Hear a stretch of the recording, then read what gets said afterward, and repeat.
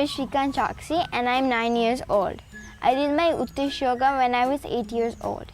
Utkarsha Yoga has helped me to get rid of my bad emotions, negative vibrations, and it has helped me to stand up against bullying, and it has also helped me to get good grades. Like some of the jitters, they would go away. Like when I was in 2nd grade, there was like a really big test and I got lots of jitters. I did my Utkarsha Yoga and then all those jitters went down and I was able to give the test very nicely and I scored good in it. Previously, I used to get bullied a lot, and at that time I didn't really know how to stand up and everything.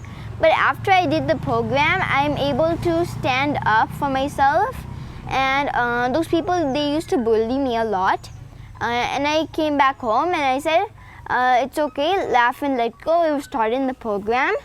And I stopped playing with them for 1 or 2 months, and then they only came back to me asking me to play with them after 2 months. So everything went good with them.